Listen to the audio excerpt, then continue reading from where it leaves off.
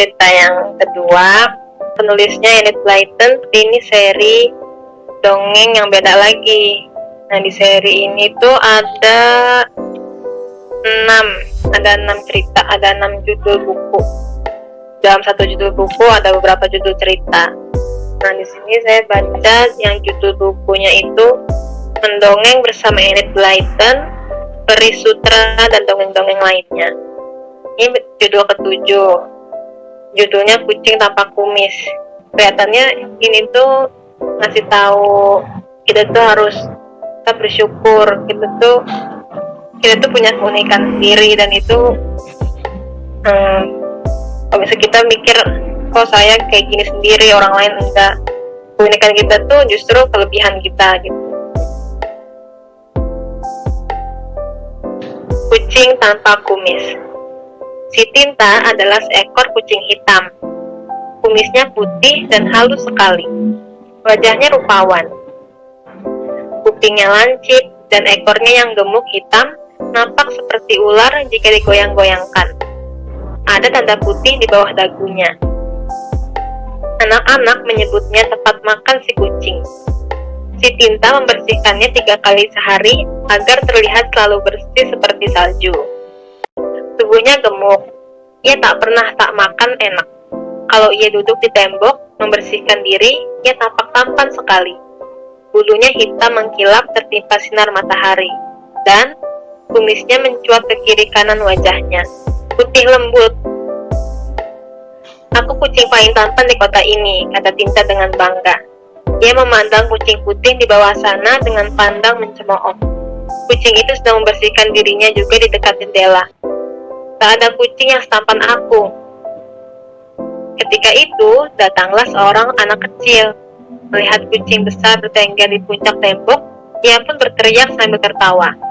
Halo Kumis. Tinta tersinggung. Namanya bukan Kumis, namanya Tinta. Seorang gadis cilik mendengar. Lalu ia tertawa. Cocok nama itu buatnya, kata si gadis. Ia kucing berkumis tebal. Kumis, Kumis. Rupanya setiap orang menganggap nama itu lucu. Tinta pun mendapat panggilan baru. Siapa saja memanggilnya Kumis. Bahkan kucing-kucing dan anjing yang tinggal di sekitar sana pun tak ketinggalan. Ini membuatnya marah betul. Itu nama jelek, pikirnya marah. Jahat betul orang memanggil Kumis itu. Orang tua berkumis dan berjenggot tak akan mereka panggil Pak Jenggot atau Pak Kumis kan? Kalau ada anak berhidung lebar, orang juga tak memanggilnya si hidung. Awas, aku tak akan menyahut kalau dipanggil Kumis. Tapi ternyata tak ada gunanya. Walaupun ia tak menyahut, orang tetap saja memanggilnya Kumis. Tinta lalu memutar otak. Sebaiknya kuhilangkan saja kumisku, ujarnya kepada diri sendiri.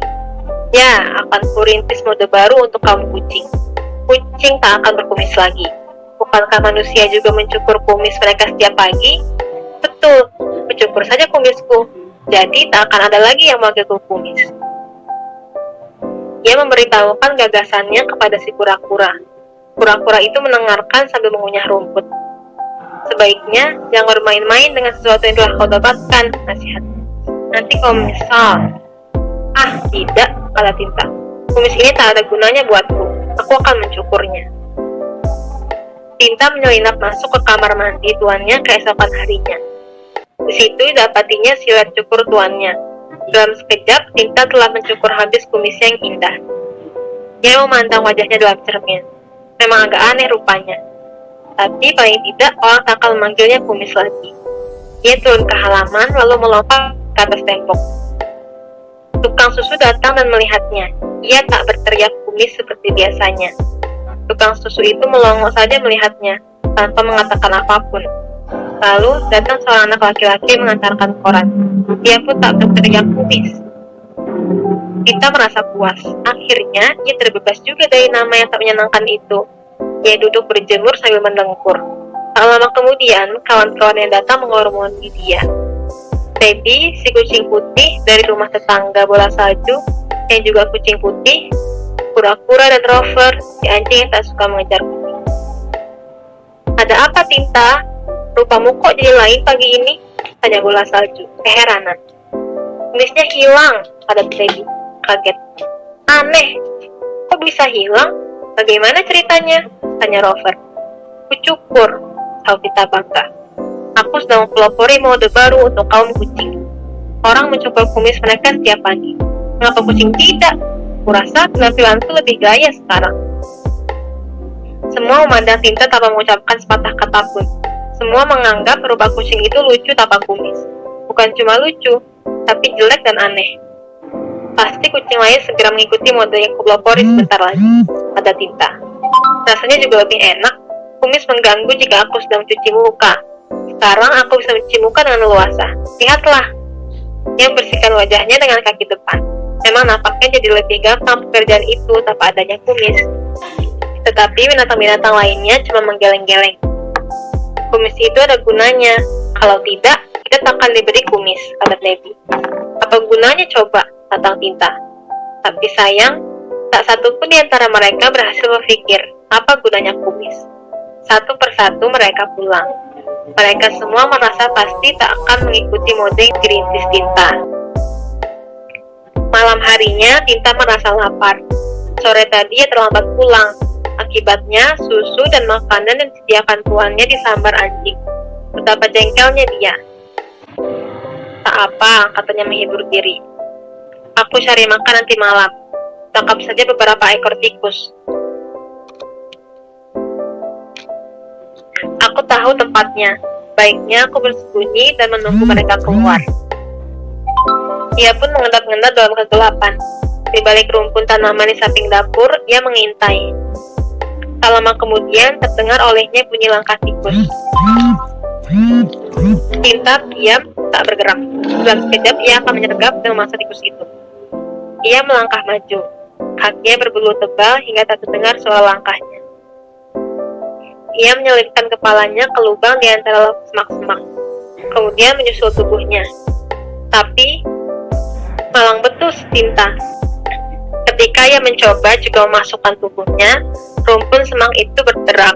Tikus yang diintainya mendengar, lalu cepat-cepat berlari masuk ke lubang. Sial, Tinta berkata marah. Akan kutunggu lagi. Aku yakin ada tikus entah di mana di sekitar sini. Aku ingin menangkapnya. Ia menunggu. Betul juga, ada seekor tikus besar berlari dekat semak. Tinta mendengar, lalu mulai mengendap-endap menghampiri tikus itu. Tubuhnya yang gemuk bergesekan dengan dedaunan semak.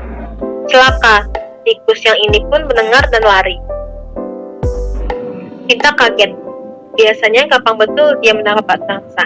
Mengapa malam ini tiba-tiba saja ia tak becus? Mengapa ia menggesek ranting dan daun hingga berisik? Betul-betul menjengkelkan. Mendadak ia tahu sebabnya. Sebelumnya tak usah dipikir sama sekali olehnya akan hal ini. Kumisnya selalu jadi penolong dalam memburu mangsa. Kumisnya menyeruat ke kiri dan ke kanan tubuhnya setebal tubuhnya. Ketika masih berkumis, begitu kepala dan kumisnya cukup masuk ke suatu lubang, dia bisa yakin bahwa lubang itu akan cukup pula untuk lewat tubuhnya, tanpa menimbulkan bunyi berisik. Soalnya, tubuhnya tak akan menggesek apa-apa yang ada di pinggir lubang. Sekarang, karena tak ada kumis, dia jadi tak bisa mengira-ngira ukuran lubang. Rupanya kumis pula yang selama ini jadi penolong. Aku jadi tahu apakah tubuhku bakal cukup masuk ke suatu lubang atau tidak, pikir Tinta, putus asa. Betul juga, mengapa selama ini aku tak menyadari? Kumisku menyeruat ke samping selebar tubuhku. Kalau kumisku sampai menyentuh sesuatu, aku tahu tubuhku pun akan menyentuh benda itu dan menimbulkan bunyi berisik. Dengan begitu, aku menghindari masuk ke lubang itu dan mencari lubang lain. Tinta tentu saja benar. Kumisnya selama ini berlaku sebagai pembantunya dalam berburu. Sekarang, ia tak akan bisa lagi berburu dengan baik. Ia tak bisa mengukur apakah tubuhnya cukup lewat ke suatu tempat. Akibatnya, gesekan tubuhnya dengan tempat di sekitarnya akan menimbulkan bunyi berisik. Ia tak akan bisa lagi menangkap mangsa. Malang betul, Tinta. Kau pasti bisa menebak apa kerja Tinta setiap hari sejak saat itu. Setiap hari, ia selalu menanti tuannya menyediakan makan buatnya. Menangkap tikus sendiri, ia hampir tak bisa lagi sekarang. Tubuhnya makin hari makin kurus. Ia lebih sering menyembunyikan diri. Malu ia, setelah mencukur kumis yang begitu banyak dengannya. Mode baru betul-betul, pikir Tinta. Gila aku rupanya. Seandainya aku bisa kembali memiliki kumis yang tebal dan halus itu, aku takkan marah jika orang manggilku kumis 100 kali dalam sehari. Sekarang hidupku merana, aku tak bisa memburu mangsa lagi. Ia menjadi kucing yang muram dan tak berbahagia. Mengobrol dengan kawannya ia malu. Satu-satunya yang masih sering mengobrol dengannya hanyalah kura-kura. Suatu hari, Tinta mengeluarkan isi hatinya kepada Pak Kura-kura. Ceritakannya bahwa ia sekarang selalu sedih. Pak Kura-kura memperhatikan kucing itu lalu tertawa. Pergilah dan duduk di atas pagar tembok itu dan berjemur-jemur, ujarnya kepada Tinta. Masalah yang kau hadapi tidaklah serunyam yang kau bayangkan. Dengan keheranan, Tinta menurut. Ia melompat ke tembok dan duduk berjemur di sana. Tukang susu datang. Ia menengok ke atas. Halo kumis, serunya. Kau baru muncul kembali. Dari mana saja? Tinta hampir saja terjatuh dari puncak tembok karena kagetnya. Apa? Dia dipanggil kumis lagi, walau kumisnya sudah tak ada. Tinta rupanya lupakan sesuatu. Tahukah kau apa yang dilupakan kucing itu? Ia lupa bahwa kumisnya itu bisa tumbuh lagi, persis seperti rambut. Kumisnya sudah tumbuh kembali dan nampak tebal dan halus seperti semula. Rupanya ia begitu sedihnya selama ini hingga tak sadar kumisnya telah tumbuh lagi. Hatinya girang bukan buatan ketika takut dirinya berkumis lagi. Ia duduk dan mendengkur keras-keras hingga Pak Kura-kura mengira ada pesawat terbang sedang lewat. Sekarang Tinta bisa berburu lagi. Ia paling pandai berburu tikus di kota itu. Tubuhnya kembali gemuk dan tampan. Kumisnya lebih halus dan lebat dibandingkan sebelumnya. Sekarang ia senang mendengar orang memanggilnya kumis. Ceritanya sudah selesai. Ini ceritanya lucu sih, kalau menurut saya. Lucu, akhirnya bahagia. Ada hal yang tersirat atau makna yang bisa kita ambil sebenarnya dari situ. Si Tinta itu dia membuat kesimpulan sendiri atau menginginkan sesuatu yang sebenarnya nggak masalah gitu kan, atau membenci sesuatu yang sebenarnya nggak masalah. Itu yang jadi inti dari cerita ini menurut saya. Jadi dia dipanggil kumis, dia nggak setuju, dia nggak suka, maka dia berusaha sedemikian rupa supaya orang tidak memanggilnya kumis. Padahal panggilan itu kenapa harus dia masalahkan gitu? Karena memang dia sangat menonjol karena kumisnya itu. Orang-orang di sekitarnya menyukai dia atau memandang dia atau mencirikan dia dari kumisnya. Tapi dia menganggap negatif pandangan itu. Padahal sebenarnya tidak ada yang negatif. Ya bisa saja orang berbuat panggilan yang negatif. Tapi bagaimanapun kita jangan sampai membenci diri sendiri gitu. Dengan panggilan itu, si Tinta itu berusaha mengubah dirinya supaya tidak dipanggil dengan cara menghilangkan kumisnya, menghilangkan apa yang dia miliki, bukan mengubah apa yang orang lain dia anggap jelek gitu. Jangan sampai kita lantas tanpa konfirmasi menganggapnya sesuatu yang jelek, kemudian kita memperlakukan diri kita sendiri dengan pandangan jelek kita sendiri.